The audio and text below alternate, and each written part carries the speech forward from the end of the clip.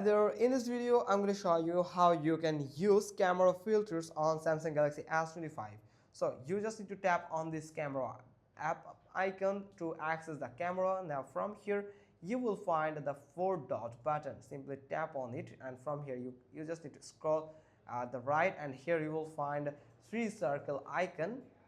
If I show you, here it is, the 3 circle button, and here at the top right side you also can find the 3 circle icon, and it is the filter icon. By tap on this icon you can access all the filters that are available right now on your Samsung Galaxy S25 Ultra. For example, this like original, then you can go with this bridge, and from here you can select the strength, the color, temperature, contrast, saturation, and film grain. You can set according to your needs.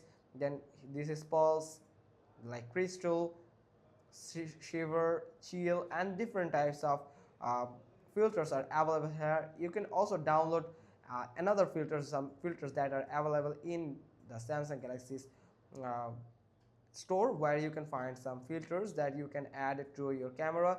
You can explore more from tap on this Candy camera, where you will find different types of filters in camera 360 degree, and here you will find different types of filters. You just need to tap on this download button, and then if you want to download a filter, for example, let me show you. If you want to download, for example, I'm going to download this one. So you just need to tap on this download button, and it will download the filter for you on your Samsung Galaxy S25 Ultra keyboard, this camera. Then it has just loading, just downloaded and loading, and here you find that this filter is just installed in our Samsung Galaxy S25 Ultra's camera.